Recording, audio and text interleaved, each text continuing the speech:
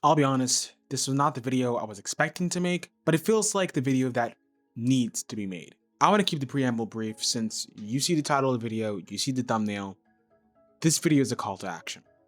It is a call to action for folks who watch my art, who watch my videos, who watch my content, and need actionable steps to do something about the recent removal of and delisting and shadowing of content on itch.io. Rascal News summarized the story that was released on July 24th. I will quote them directly.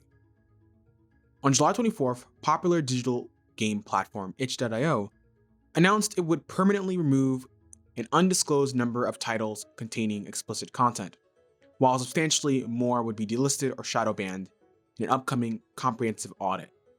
Founder Leaf explained in the developer post, the sudden and destructive policy shift was the result of Australian anti-pornography group Collective Shouts pressuring itch.io's payment processors. The sad reality is a bunch of Puritan assholes are trying to remove explicit games under the guise of protecting women and children. Visa and Mastercard, I think, are doing it to protect their profit margins, similar to Stripe. Visa, Mastercard, and Stripe also did it because of Collective Shout's puritanical swerve turf and anti-LGBTQ hate campaign.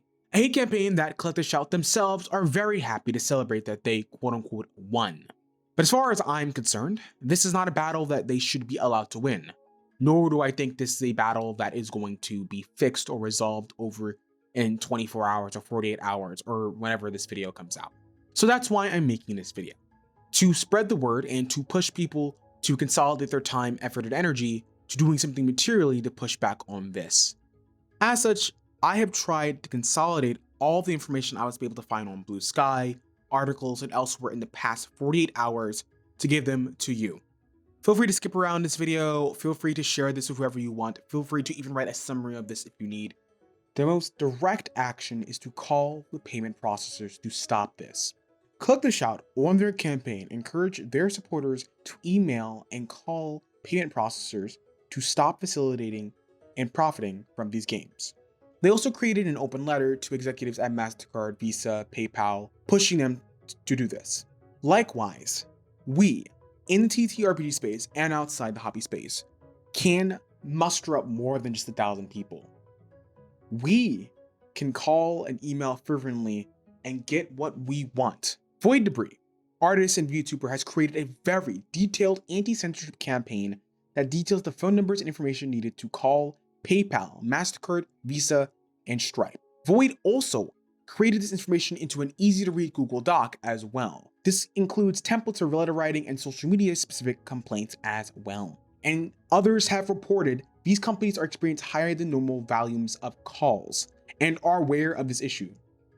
You need to put the pressure on them. If I can call them and my friends can call them, I know you can too. I know it might seem nerve-wracking and I understand the anxiety of having to call someone randomly, but that's okay. You are normal for feeling that way. And furthermore, as Suzanne, an artist who was also affected, states, Visa and MasterCard are going to direct you to an email. Email inboxes can collect dust and they can be put off to the side.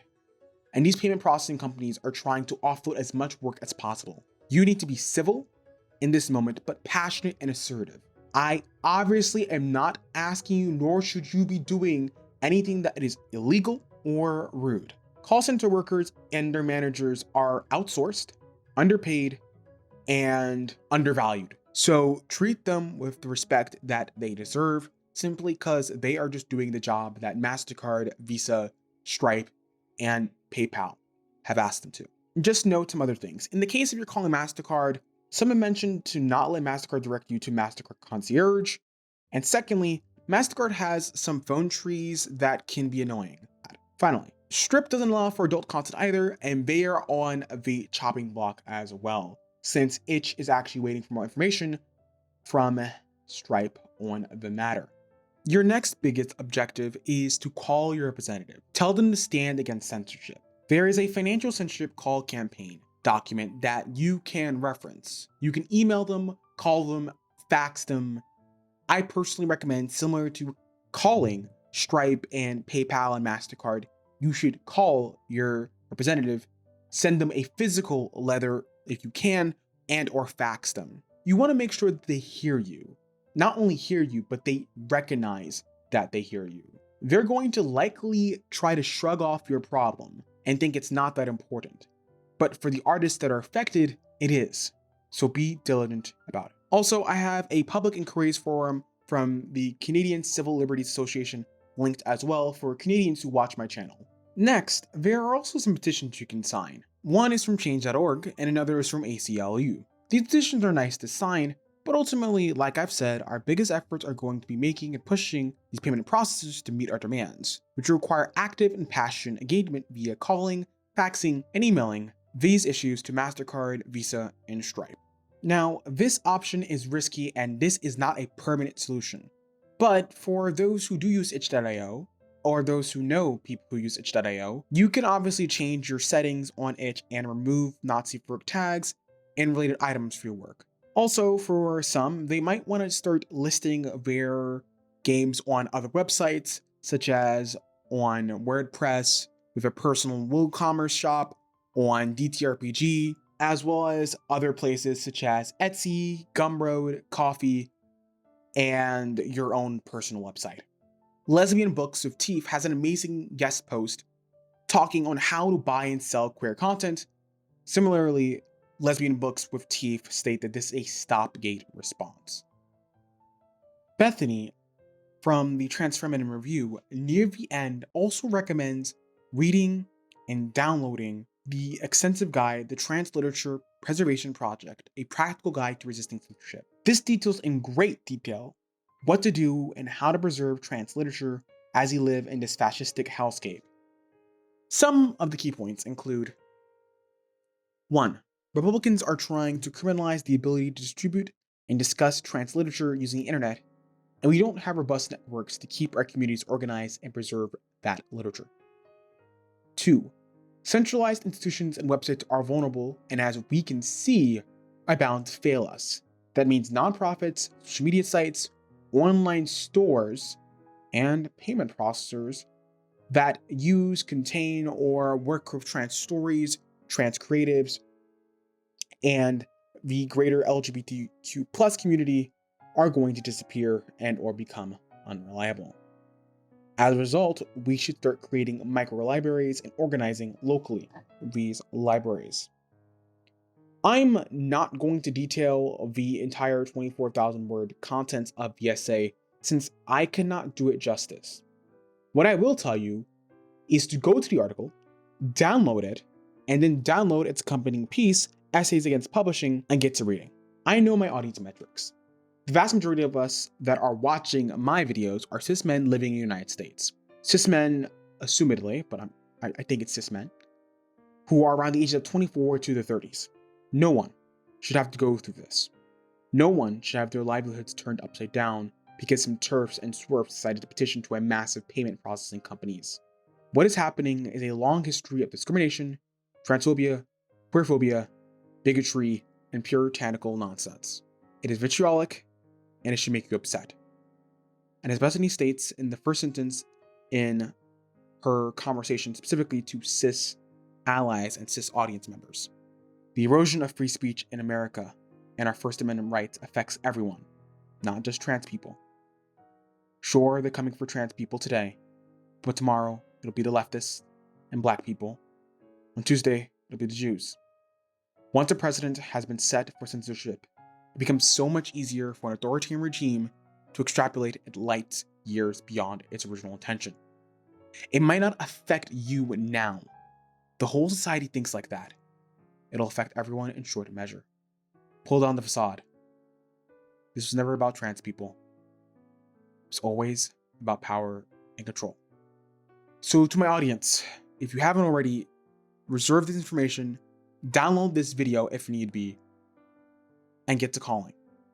I know this might seem like a small thing, as though maybe you shouldn't care about not safe work art or these creatives. But I'm telling you, as someone who makes this work, who is in these communities, and who is also deeply concerned and scared, you cannot let them just do this. Not just for yourself, but for net good for others. even if you don't particularly care for the kinks in question or the things that they're talking about on their adult page. If people want to pay for the things that they like, then let them do it. Final point. As we see the erasure of creatives' livelihoods because of the goofiness, your material support is going to be necessary. I know I say this all the time, but legitimately, if you have money, if you have a job available, if you need support or work on a next project, then reach out to the creatives that have been affected. Reach out to their Patreon, go to their Ko-fi, their Gumroad, their commerce website, their Venmo, their Cash App. Send them a gift. Send them something from their wish list. Do something to materially support them if you have the ability. If you don't have the ability, at the very least, share, like their art, do what you think is best within your comfortability and to the best of your extent. I always like to say it like this. If you can pay for, say, $5 for a drink or $6 for, a small sandwich or, even like $20 for a meal or something ridiculous like that, then I know you can send that to a fellow creative who is struggling right now. Some of the people that I found in the TTRPG space just from quickly searching were Tsunamiki, Eclipse, Sasha, and Hamna are some of the people that appeared on my feed while scrolling through Blue Sky. Finally, I left a two list. One is a thread of devs outside of TTRPGs who have been affected. There is this list by Sleepy Heart, and there is another list by Pair of Claws. Both of these folks are on Blue Sky, and I'll have them linked as well in the description box. Okay, I've given you all the tools I could find in the past 48 hours. The reality is, grown adults should be able to buy, sell, and develop whatever games they want. So do what you can and do what you must. They will always, and they being creatives, will always want to create games and art that are outside of what is deemed quote unquote respectable and polite. Respectability politics is nothing but a drain. Don't let it mess with your freak, in or out. I get it. Maybe this kind of art isn't for you, but just because it isn't for you doesn't mean it doesn't deserve to exist. If grown consenting adults are making this and purchasing this with their money that they have earned, why can't they? Regardless, all information will be down below in the description box, and hopefully we get some nice results in the coming weeks. I'm your average everyday queer, stressed, but hopeful TTRPG enjoyer, Lord of Disposition. Y'all been awesome.